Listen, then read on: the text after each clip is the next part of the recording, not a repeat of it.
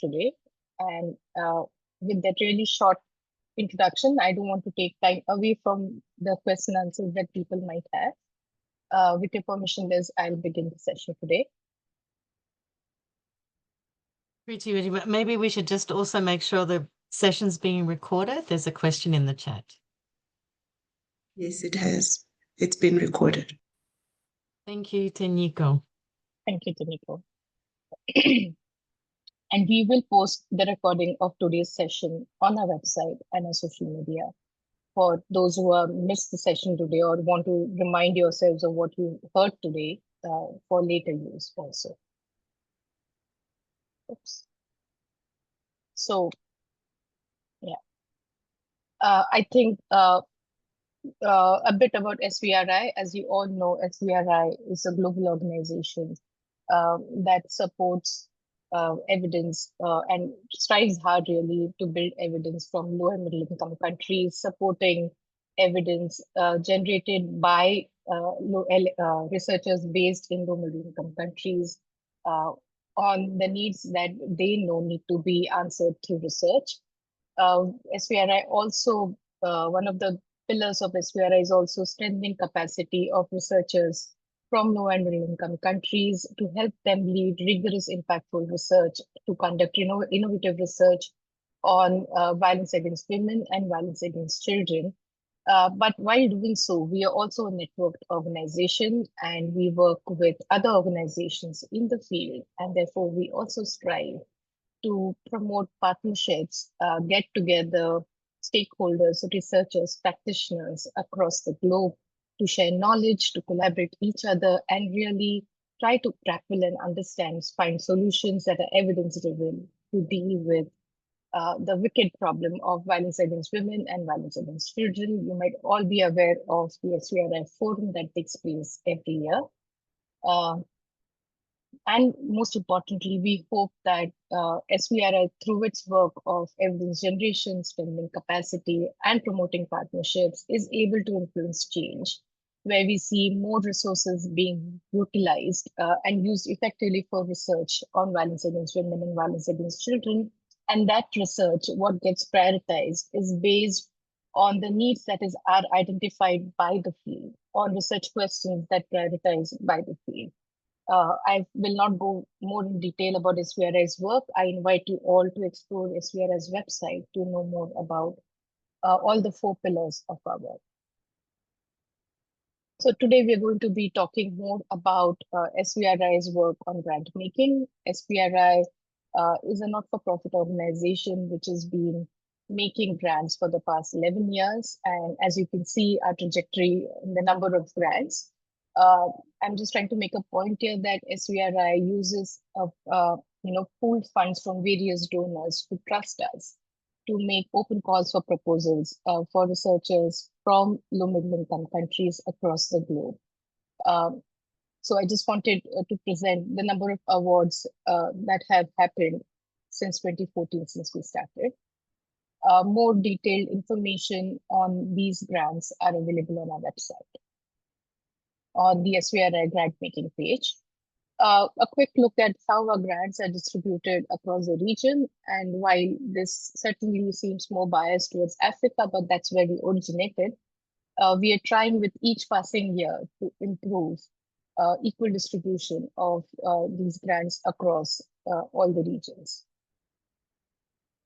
So coming to the SVRI Research Grant 2026, we call it SVRI Grant Knowledge for Action to End Violence Against Women and Violence Against Children.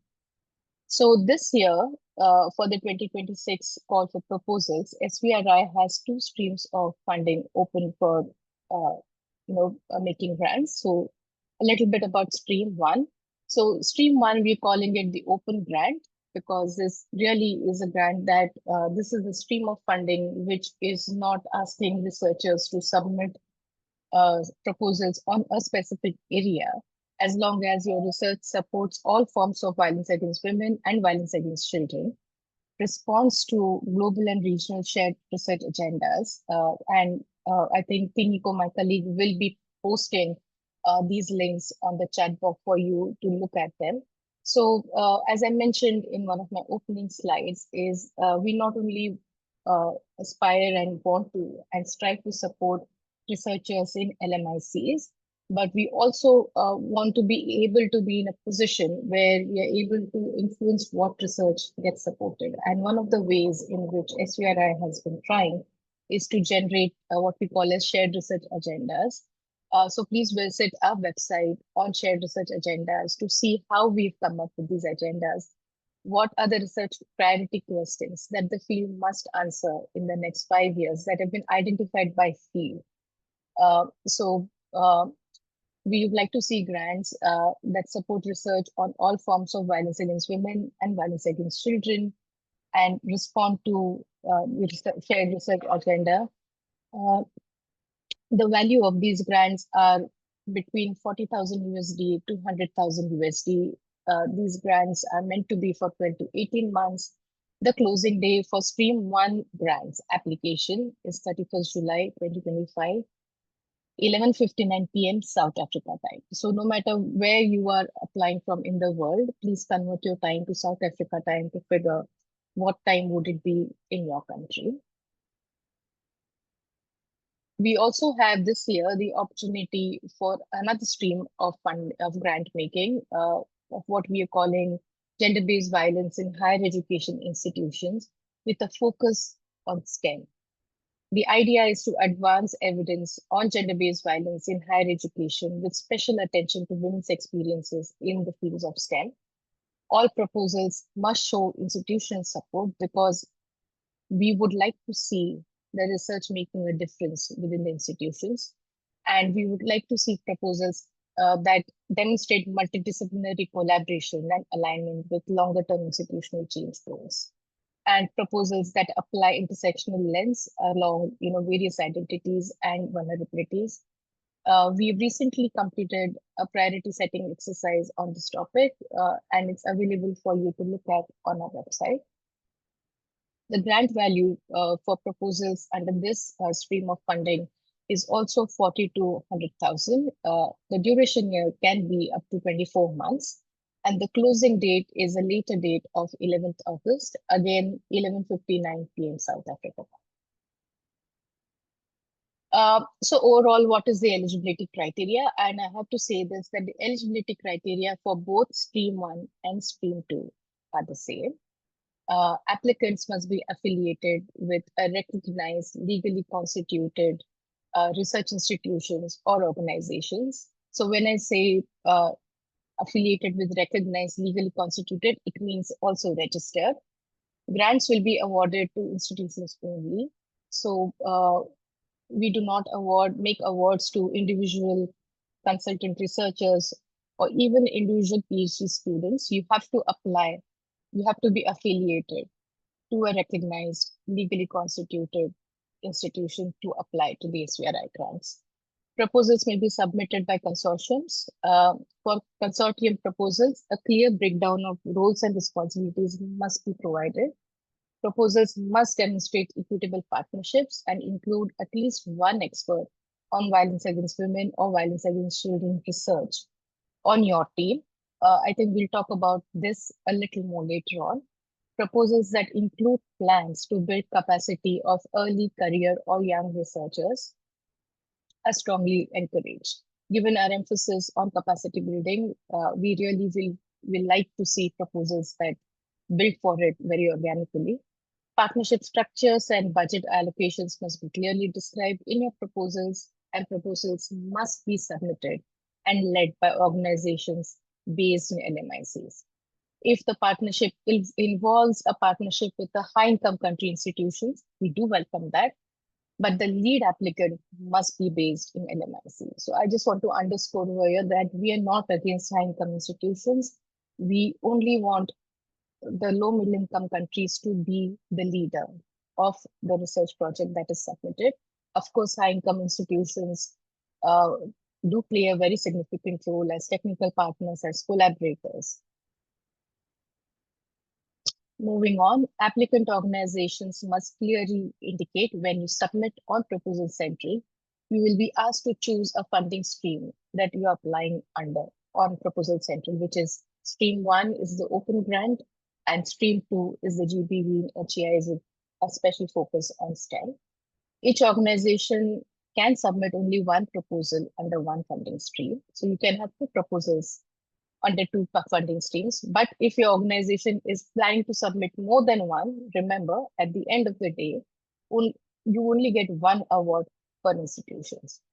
Previous SVRI grantee partners are not eligible to apply as principal applicants, but they can participate as sub-applicants.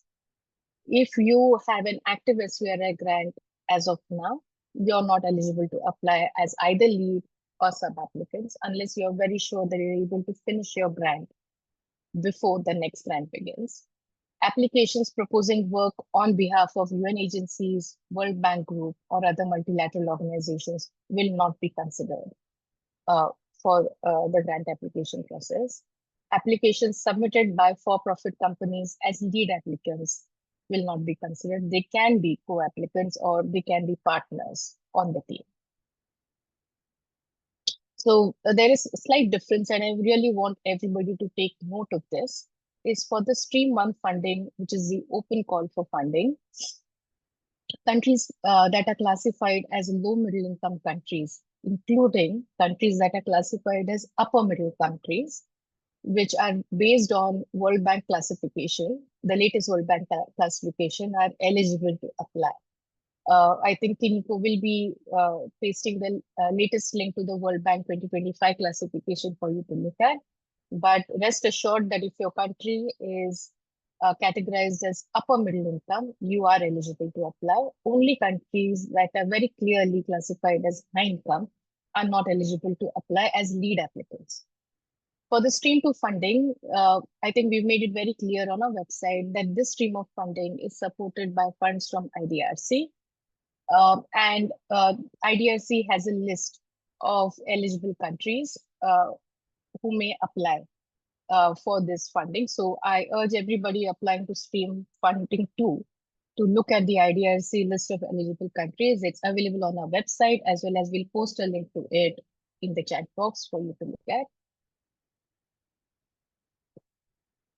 So overall, what is it we fund and that we do not fund? And this is applicable to both streams of funding.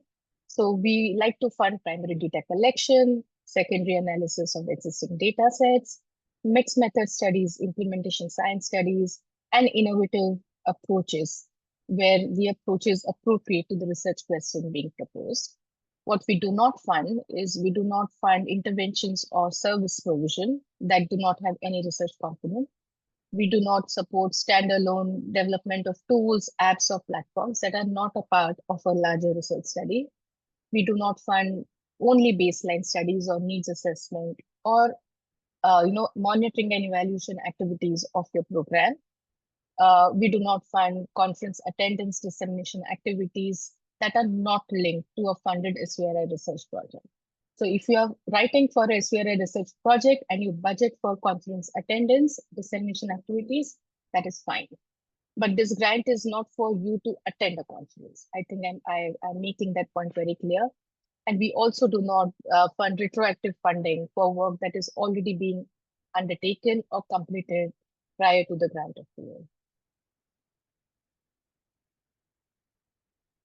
So overall, again, this is just a summary of what I've been talking about. So Stream 1 and Stream 2 both have the same budget limit of up to $100,000. Stream 1, the grants can go up to 18 months and Stream 2 up to 24 months. All applicants except applicants applying from South Africa should provide a budget in USD. If you are an applicant based in South Africa, if you're a South African applicant, then you need to provide the budget in rands. The online application form has all the templates that are populated there already and will guide you. When you open Proposal Center, you will also get a template for the overall application as a PDF there. So if you want to just look at the proposal template, including budget template, it's there before you even start your online application. We allow proposals to be submitted in English, French, and Spanish. So we hope that it will cast a net wider and get more people to apply to us. The budget should be a definitive line item budget for all direct costs and administrative costs. Indirect costs are permitted but cannot exceed 15% of total cost. And the total cost of proposal should not exceed the grant limiting indirect costs, including indirect costs. So if we get a proposal from you, which is $110,000, that will not be entered in the review process. So whatever you submit to us, make sure that including indirect costs, you do not exceed $100,000 at the time of submission itself. Remember, these are grants for limited time that have associated with them a clear measurable outcome.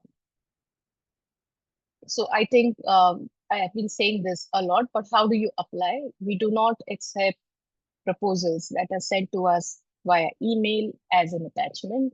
I really urge everybody to visit the Proposal Central website. You will have to open an account for yourself, create a login. There is a detailed process on how you do it. If that is also there on the SVRI website. And please feel free to write to us if you face any trouble with Proposal Central. The submission process, review process, evaluation criteria is same for both the funding stream.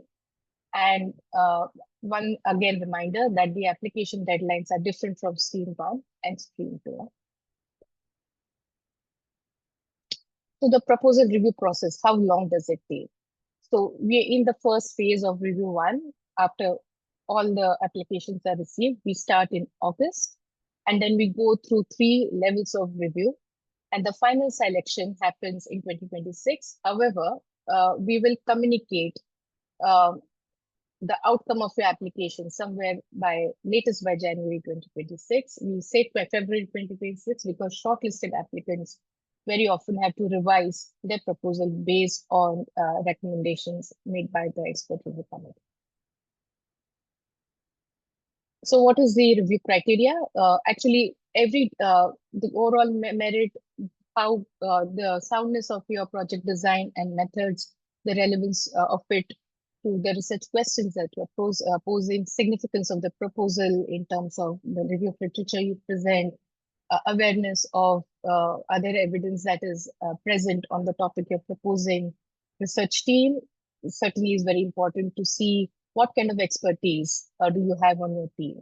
And is this team, in the eyes of the reviewers, able to pull off the proposal that you are proposing, the research that you're proposing? Ethical considerations, we'll go that in a little into that depth later, but I will not get into that. And clear budget.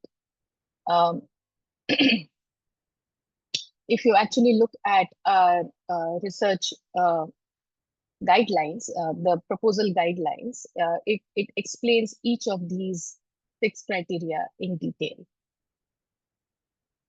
So what do we look for in proposals? We look for proposals that are grounded, relevant, and propose actionable research.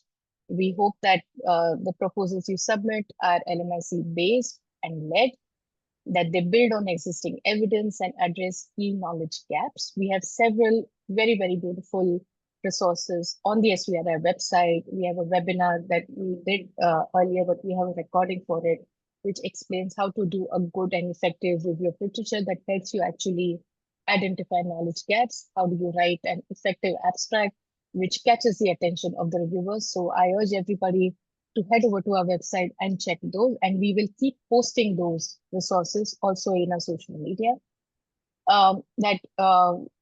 Where possible, the proposed research aligns with SVRI research agendas that I spoke to you about. We really like to see proposals that are clear research uptake and dissemination plans that are realistic. And we like to see proposals with realistic, justified budget and a clear timeline, and that you have a data management plan where it is applicable. Over to you, Liz. Thank you so much, Preeti. So just going back to the previous slide, just to reiterate that we're really looking for research that isn't just academically interesting. We're really looking for research that truly does make a difference, that helps us improve the lives of survivors, prevent these forms of violence, and or help us strengthen our research methods, and has to be really grounded in the realities of the communities that the research is meant to be serving. We're doing this research in service of the field, and that means being led by researchers based in low and middle income countries or those with deep sustained engagement in the context. And just to remind you again that we really like to see proposals that show how your study is building on existing knowledge and really does respond well to defined evidence needs. So as Preeti has said, and we're going to say it again, just to remind you, it's important that it aligns with the priorities and includes concrete plans for how findings are going to be used and shared. And just to reiterate again, we really want to see realistic budgets, feasible timelines, and strong data managements. I have taken note of your questions, so thank you, everybody. There's so many questions being posted. And if you can put them in the Q&A, I will ask Preeti to answer them after the presentation. So going on to ethics and methodology. As we all know, ethics and methodology go hand in hand. We cannot have good quality research without being ethical. And what we would like to see that you have secured local ethics approval, but this does not have to be done prior to the application being made. But we do want you to be telling us that you are going to get ethics approval from a locally approved ethics board, if there's one available. If not, we can help assist you into identify either if there's no ethical review board within your country, which is highly unlikely, but sometimes that can be challenging. We can try and help you with that process, but we'd only go into those sorts of discussions after the funding has been awarded. We really like within your application to make sure that you've got clear details for consent, safeguarding, and privacy protection, particularly and including your research team's well-being, because that really matters to us, because we know if we take care and look after our research team, then we get better data, and also we retain great folk in the field. But that research team is safeguarding from your PIs through to transcribers, your data collectors, your practitioner partners, all practitioners that can be lead applicants of 2, of course. And we really want to make sure that everybody involved in the process do have care and support, and we want to see that within the proposal. So show us that you've really thought this through. Tell us about any ethical challenges you think you might be facing with the research and what management plans you have in place or will be putting in place. And just to remind us that bad data isn't just methodologically weak, it really is an ethical problem. Next slide, please, Preeti. So partnerships and leadership. As we've said, low and middle income country leadership is essential. It's not optional. We want to see very strong local partnerships with clear roles and shared decision-making structures that really does demonstrate real power sharing within the partnerships. If it's a researcher-practitioner partnership, a researcher-researcher partnership, a practitioner-research partnership, that we want to see that you have really thought about the power differentials within the partners and how partners have been involved either in developing the proposal where applicable. So really try and show us some concrete examples of how your partnership is equitable. For example, some folk do open budgeting processes, that the resource allocation in the process of developing the proposal has been transparent, that you've thought about authorship, for example, and you don't have to show us the agreements, but just tell us that you have been thinking about this and how you have or will be addressing these power imbalances in the partnerships to really make sure that all partners do meaningfully participate in leadership and decision-making in this research and these studies, because we really want to make sure we're not using historical approaches of very transactional types of research that we have seen in the past that can be very harmful and not really helpful in building the field or improving programs or creating tools and methods that really can help us advance our understanding of how to prevent and respond to violence against women and violence against children. Now to my last slide, team composition and development. So we really do have some clear criteria and evaluation criteria, which you'll see in the application pack, which Tenyiko has shared the links to.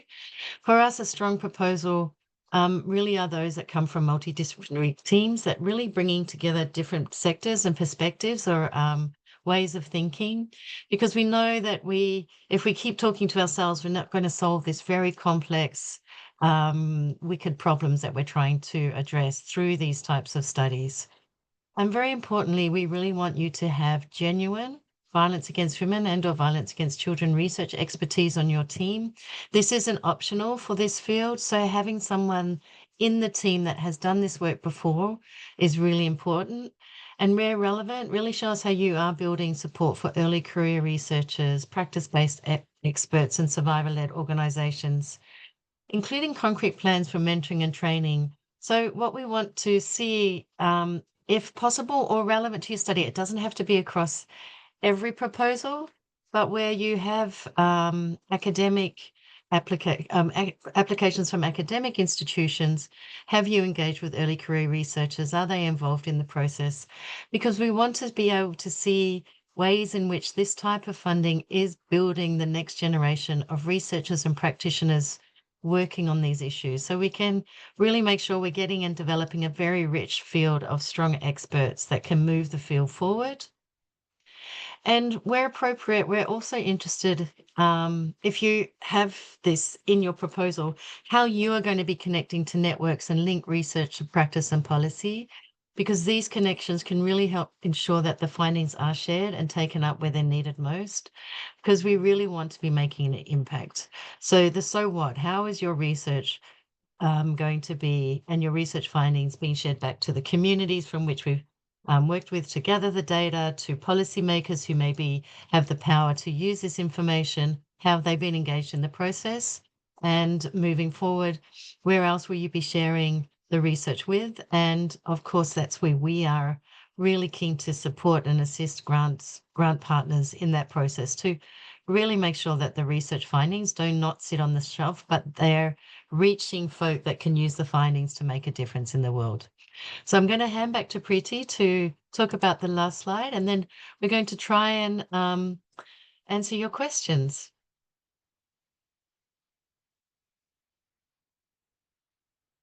Over to you, Preeti. Sorry, I was on mute. So these are just a few resources that might help you. These are all on SVRI website, but we will also post, I think these links have been posted by Tiniko in the chat. So please have a look at them. For all your queries, I'm sure half an hour is not going to be enough for you to get all your questions answered today. We'll try our best, but we'll be very happy to respond to any questions you send us. So please feel free to write to us at svri@svri.org. If you're facing any trouble on filling out your application online, feel free to write to pcsupport@altum.com. They're very, very prompt with their response. But Liz and everybody, what I would really like to urge is technology is not always our best friend. So please apply in advance. So at least start your application in advance. And an extra tip that I had not earlier thought of, but I think I should give this tip right now, because usually all proposals are written by teams of various collaborators. And people usually end up sharing bits and pieces of proposals that every individual organization takes a lead. So one good practice is either to go to Proposal Central and create one login and share the login between your team. So that's one strategy that helps, because you can keep saving your proposal as you go. So various members can look at their sections, fill it out using the same login. That can be one strategy. And I've learned the strategies from our grantee partners. Second strategy, sorry, Liz. No, I was just going to say, do you want to, no, keep going with your strategies, and then I'll ask you all the questions in the question and answer. Does that sound okay, Preeti? Absolutely. I have some questions in the chat I already answered while you were presenting, but yes, bring them on. Second strategy that has helped grantee partners is that when you go on Proposal Central and create your login, there is a place where you can download all templates. And one of the first templates is a blank template of the SVRI proposal and the budget. So you can download that template, it's a PDF, and share it among your collaborators. And you can convert it to a Word document, and everybody makes like a Word file of the proposal, and then designate one person on the entire team to literally copy paste from the Word format to Proposal Central and get your submission done. So I'm just saying, don't leave it to the last minute, because sometimes internet may not just work on 31st July or 11th August. That's it. Yeah, and thank you very much for your patience. Now the floor is open for questions. So Priti, we've got a lot of questions. So I'm going to ask you and you can answer yes or no. So from Caio de Araujo, we've got, do applicants need to submit a letter of support from the institution or department? No, we don't need a letter of support from your institution. Just make sure that you have the support, because when it comes to actually making the grant to you, we would like to make sure that you have the support on it. But thanks, Priti. yeah. Can for-profit organizations apply for a grant? Yes, you can apply, but not as a lead applicant, as a partner on an application. Great. Just to know, is there a chance for an extension from the deadline of the 31st of July to a week or so? Thank you. Unfortunately, not. Okay. Right. I'm really sorry. Unfortunately, not. One of our biggest challenges, this is from Anonymous, is the time of our official registration and the fact that most of our work has been pro bono. We haven't had big funds. And is this going to be a problem? No, I think the evaluation criteria has got nothing to do with your pro bono work. It's got to do with the quality of the application per se. Brilliant. Can registered NGOs that do research count as legally constituted organizations? Absolutely. Absolutely. Does the investigator from the legal organization need to have a PhD, and can proposals frame the leadership as co-investigators rather than one PI or co-investigator? Co-investigators are welcome. PhD is certainly not a requirement. As long as you have the ability to carry on the research you propose, we are fine with it. Thank you. And when applying for grants, is it mandatory to apply through an institution rather than as an individual applicant? I think I just answered that in my presentation. Institution, not individual applicants. And if one of them is, okay. And if one of them is affiliated with an institution in a low and middle income country, would the full, so if there's two applicants, one is high income country and one is low middle income country, would that fulfill the eligibility criteria? So we prefer to have one applicant as the lead applicant being from a low middle income country, yeah? Yes. So I think the only criteria you need to really remember is that the main applicant needs to be from and based in low middle income country, whether you have another partner from low middle income country, whether you have 3 partners from low middle income country, or you have 2 partners from high income country, that is not of primary importance. The primary importance is that the lead applicant is from an MFIC. Thank you, Priti. Could you please clarify what it means? This is from Gabriella. What it means to include plans for building early or young career researchers' capacity, and how can we connect this with our proposal? Do you have to make it explicit in one specific section of our proposal? So in the proposal format, there is a section called as capacity statement. Very often that is the place where people show what is the capacity of their team over there to carry out this research. And there are various ways in which people build in for supporting early career researchers. So for example, a university NGO partnership may build for doctoral students in their budgets, or training NGO staff on research methodologies, or things like that. So that is one way of supporting. So from Mahi, I think we've already talked about this, but can registered organizations apply even if they are not a research organization? Yes, registered organizations can apply. You may not be a research organization, but if you find a partner who's a researcher and has the capacity to conduct research on violence against women and violence against children, yes, you can apply. So if the lead applicant is an organization, but some of the co-applicants are individuals, would that be okay? That would be okay, I guess. Yeah. Preferably if just the one applicant is if you sub-grant throughout, I think, is that okay, Preeti? Yes, that is okay. Yeah, that is Could you explain a little more about what you mean by implementation science? Do you want me to I talk to think, that briefly? yes, can you talk briefly about it, really? But implementation science is really about trying to figure out how to get evidence-based practices from off research into real world settings. It looks at um, how we can take what we know works and actually use it in everyday healthcare and public health systems, for example, or education systems to improve outcomes. It's around trying to understand what it takes to get an intervention to scale. It's about closing that gap between research and practice. There's been a couple of questions around, I hope that was clear, but we can share some research and Yeah. definitely work on implementation science if need be on the SVRI website. There's something about upper middle income countries. Are they eligible? I think you've answered that. Yeah. The English, is that preferred language? I think you spoke to that as well. We accept applications in French, English, and Spanish. Can South Asian countries apply for this grant? Of course, we have many grant partners from South Asia, so please apply. I think it might be the IDR. I'm not quite sure. Was it IDRC criteria?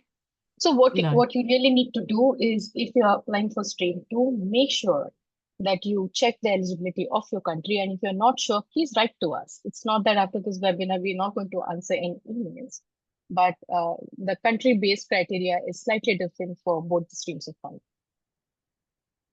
Proposals are evaluated from Graciela. Proposals are evaluated positively if, in addition to institution and consortium of researchers, they include a civil society organization. Is that yes or no? So if it's a partnership between I academia, understood. Yeah. So to answer you, Rafaela, there is not a yes or no answer. It really depends on the quality of the proposal. We see sometimes organizations that have the most ideal combinations of civil society, academia, NGO, research institutions, but their roles really are not equitable and meaningful, really. So I think you need to pay attention to why you're putting the consortium together and what roles people play and how do they really complement each other. This one's from Julia. Is it possible to apply as a consortium from 2 non-government organizations in a lower middle income country or lower middle income countries and 1 consultancy company focused on training, research and analysis in a high income country, including expertise in research and analysis on violence against women, or will we need a partnership with research institutions? So would Absolutely not. NGOs be able to partner with a high income country? Let's not assume that Research NGOs do organization. not have research capacity. If you are Yeah. able to bring in research capacity or show it to you on your staff, you're more than welcome to apply the way you propose. But I mean, if the lead applicant is from a lower middle income country or a low income country, then that's what we're looking for. So Whatever absolutely. iteration of partnership is about what works best for you. Someone has, Paula has registered their organization, I'm assuming on Proposal Central, and wants to know if the process takes long. Not at all. So what happens sometimes in Proposal Central, if your institution is not there, so once you type your institution, the name of the institution will not pop out.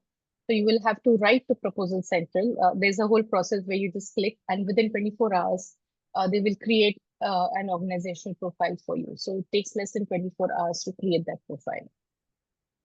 Hence getting your proposal up early, correct? Or don't wait to submit your proposal to the last minute. Paul asks about the US dollar to South African rand exchange rate. If you're coming from South Africa, your budget should be in South African rand. So it's real cost in South African rand. So it shouldn't require an exchange rate process, as long as when you convert it, I suppose, to US not dollars, exceeding it doesn't go 100,000. Yeah. And so use the exchange rate of the day of application. And in the budget, we'll know what date you've applied, so we will know the exchange rate we can use. Exactly. Thank you, Liz. Juliet says that she's not been able to access Proposal Central, her previous account, and she needs help. What should she do, Preeti? Julia, quickly write an email to pcsupport@altum.com and they will respond immediately. copy SVRI in your email to Proposal Central. Brilliant. And then Anonymous says Ecuador's an upper middle income country and can they apply? I think we've answered Yeah. that one. Yeah, absolutely. Can I Only ask if you're about classified at a high income, then you're not eligible.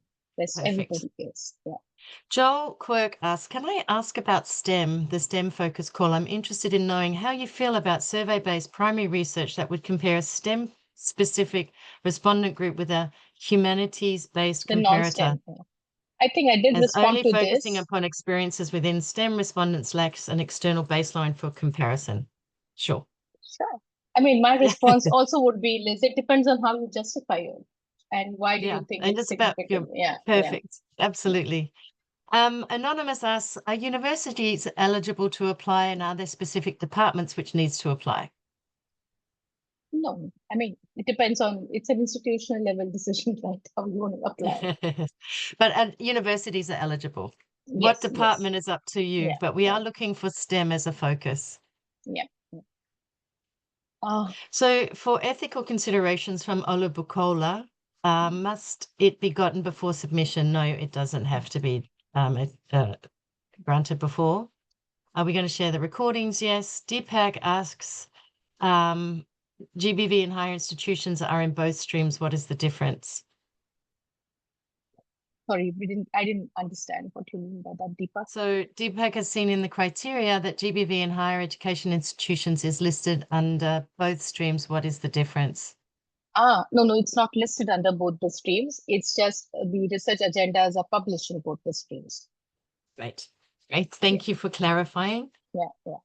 Nakachu has asked about the budget and being phase 1 and phase 2. Would it be acceptable to allocate the budget equally between the two phases? Absolutely. Okay. And then Anonymous asks, national human rights institutions, are they eligible to apply? Yes, again, you are more than eligible to apply if you are able to show research capacity of your institution that is applying. And if you don't have research capacity on violence against women and violence against children, get a partner that complements and brings that capacity on board. Thank you. So we're working through them, but if we don't get through to them, we will, through all of them, we'll answer them after the call. Yes. Can an yes. NGO lead the research and partner with a research consultancy to apply for this grant? Yes, I think we've answered Absolutely. that. Yeah. Do you require contribution from the funded organization? No, we do not. Will it be possible to submit more than one application under the same stream? This is from Juliet. Ideally, no, because we already have, but you can submit 2 under 2 streams. Great. And from Anonymous wants to know if they can request funding to conduct a multi-country study. So my standard response is that yes, you can, but you are the best judge of whether $100,000 will cover that. Brilliant. Thank you, Preeti. Again, is a university eligible to apply? We've already answered that. Agim has asked, I submit a proposal for research on violence against women and gender diverse people. Does Nigeria have an ethical review committee? So yes and yes, I would imagine. Yeah, Nigeria has an ethics review committee. We have, I think, we have funded people in the past from Nigeria. So and we can help you to find one should you be shortlisted. Thank you, Preeti. And then anonymous attendee says, how many organizations will be funded this year? It's a very good question. It's a great question. Yeah, usually, as I kept saying that at least the stream 1 is a pool funding mechanism, right? So it's many donors putting in their money together over there. And one of the reasons for our long drawn timeline is also that we keep raising funds as we keep reading grants. So if you look at a trajectory, we are able to make at least 4 to 6 grants each year. So I don't know, Liz, I cannot give a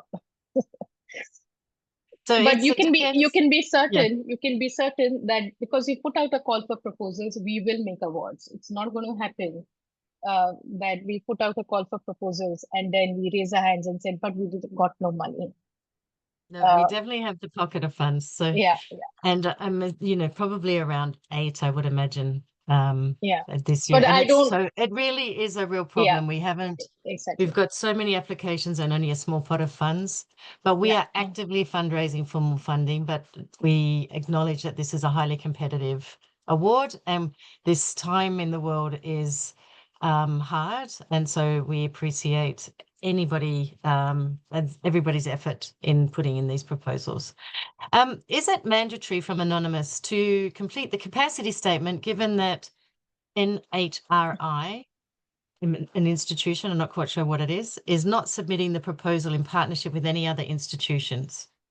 yeah. I mean, you have to still talk about your capacity to do the research, right? Brilliant.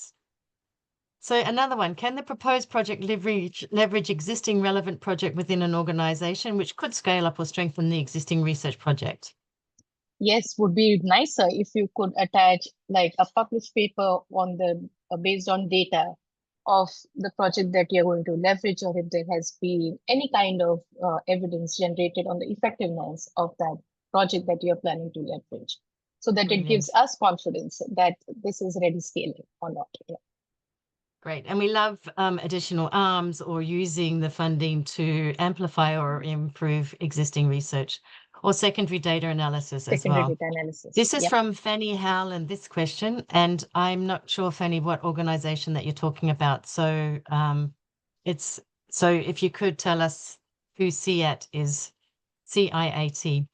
Gabriella, again, it is indispensable that the proposal is it indispensable that the proposal includes an academic institution? No. And is it necessary to be evaluated by an ethics committee? Yes. Absolutely. Okay. I'll look for Borola. Can a single organization apply for the open grant? Yes, you can. And then from Anonymous, our organization is regional, would like to conduct the research that covers some of the countries that are on the list of the countries subjected to a further stage of approval. Would this have an effect on our application outcome? I'm happy that you looked at the IDRC criteria, and what the asterisk really means that if you're shortlisted, then IDRC will conduct an additional level of some form of due diligence. What that would be, I cannot say right now, but if you reach that stage, I'm sure SVRI and IDRC will help you move through that phase. So let this not stop you from making the application if your country is on that list. So Camille is asking about the timeline and works for an organization of the Men Engaged Network in Africa in the DRC. And the cycle ends April 2026. And so how precise do they have to be in the proposal narrative and workplace given this level of uncertainty around the donor timeline? And so what they're saying is that they're not sure when they will start the proposal, either in May or later in the year. I Let mean, us know. Yeah. yeah, let us know. Yeah, exactly. Yeah, we're not sure Um, how to answer that one. Yeah. yeah, yeah. Um, So somebody is asking in the chat here, is the experience of the institution in previous other grant winning experiences a criteria to compare? No. Nowhere in our o- proposal do we ask you previous awards won or anything. so in terms of from Fanny Howland again, can the gender unit in the Ministry of Agriculture be part of the partnership? Oh, wow. Yes. That'd be Why not? lovely. Yeah, that would be lovely. um, Nakachu wants to know that they're planning to provide support as part of the capacity building by involving 2 master's students. Would this be appropriate? Absolutely. This would And be then appropriate. Ahmed, in partnership with a research organization, can the principal investigator be a staff member of a research organization? And should the approval form be completed by the PI or the lead partner staff? Okay, let me clarify. So the grant approval form is a form that is meant for SVRI to know that your institution, that the lead applicant's institution is aware and is on board with the proposal being submitted. So if organization X is the lead organization, the head of your organization or the head of your department or whoever is the PI superior needs to sign the grant application form. Uh, I hope that clarifies. Right. And I think just going back to a question about South Asia, they wanted to know whether or not we can on grant to companies registered in India. So sorry, when I said, I'm sorry, I didn't mean it that way. Honestly, SVRI's approach is that when we give you the award, right, how you on grant, you have to be aware of the legalities in your country. SVRI is not liable for further on granting once we give the award to the primary, the lead organization, if I may say. So if you're in India, you know SVRI. So I would suggest that you research on the legalities around, on granting in your particular country while you are proposing your research. So this is an interesting question. Does the lead organization have to be the one submitting the proposal on Proposal Central if they have internet connectivity problems? They just need So to be the lead applicant, right? it needs, so there is a way around solutioning it. So it has to be the lead organization, but if you have a partner organization who has better internet, you can give them the login and they can submit it for you. Great. Great. In partnership with a for-profit research consultancy, can the principal investigator be a staff member of the research organisation? And should the approval form be completed by the PI or the lead partner? I think you've already answered. I think we already answered that. Yeah. Yeah. And then I think there's a lot about what would make a strong ethical methodological submission aligned with feminist ethics and intersectionality. I think that's really right? up to applicants to really be answering. Yeah. Exactly. And I think it's not about just methodology, right? It's about how you propose your research, what is the lens you're coming from, and how it impacts everything you do, whether those principles are woven across all your sections. Brilliant. There is a question here that I often get on emails, and that's why I want to answer. So there's a question here by Busayappa that says, we are a collective of GBV advocates and survivors from multiple sectors. While our key members do not identify as researchers, they do hold relevant degrees and have technical expertise. Would they be still considered researchers? Is it possible for them to be included? Does being a researcher require having published academic research?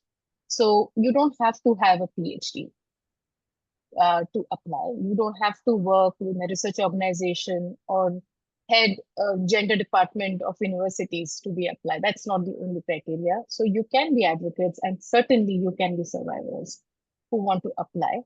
And if you're able to demonstrate that you have the research capacity, or you hire somebody to work with you to demonstrate that they have the methodological, the research rigor required to carry off this research, so that you can be confident about the research findings yourself. And to answer the question about published research, that is desirable, but we also know that publications are very difficult. But at the same time, the way you write your proposals, are you referencing enough? Are those references valid?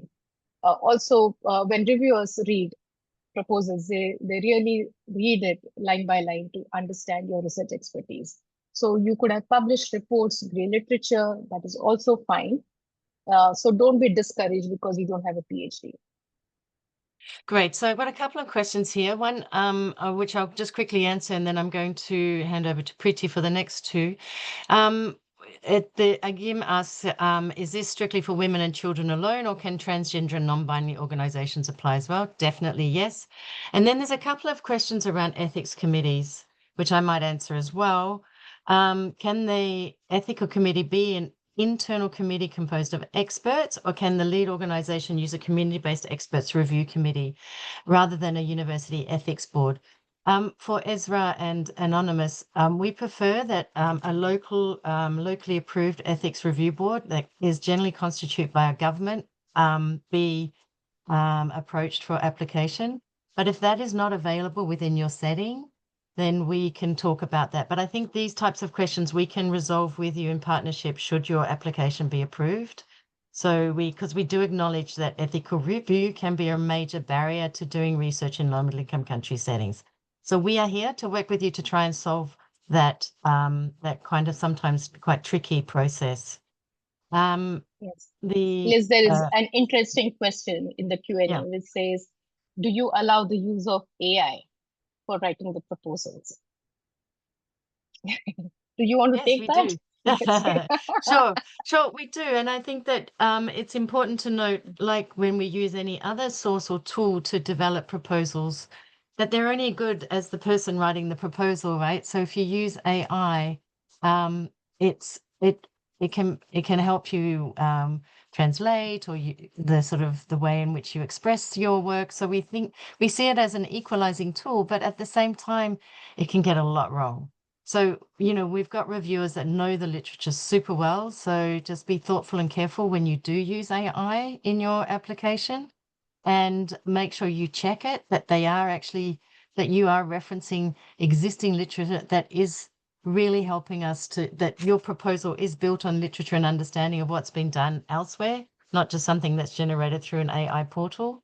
And we would love it if you could acknowledge and reference the use of AI in your proposal so we are aware. We won't hold it against you. I just think that's good ethical practice. But absolutely is the answer, but be very thoughtful. Remember also we've got AI guidance, which Preeti and or Tinika will share in the chat, that looks at what we would think about when we want to think about using AI for research on violence against women and violence against children. And there's a number of questions that we want you to think about before you use AI. But I think it would be short-sighted of us to say no, because it's a tool there that can help us. But it is a tool. It's not an answer for a great proposal. The great proposal is you, your ideas, your partnerships, your understanding of what works and what doesn't, and fully immersing yourself in the academic literature as well, and or grey literature. Liz, we have last 2 minutes left now. Okay, great. I think there's lots more, but I feel like we've answered most of these. I think that I'm going to hand back to you, Preeti. I can't see anything that has not been answered. These have been fantastic questions. Back to you, Preeti, and thank you for answering them so brilliantly. So thank you everybody for being patient with us and staying with us through the webinar. And as I said right at the beginning, just because we had this webinar doesn't mean that SVRI stops answering to your emails. So feel free to write to us. Watch out our social media, because we will keep posting resources that will help you to get more clarity on the proposal writing process. Will also give you more resources in terms of really understanding what SVRI is looking for.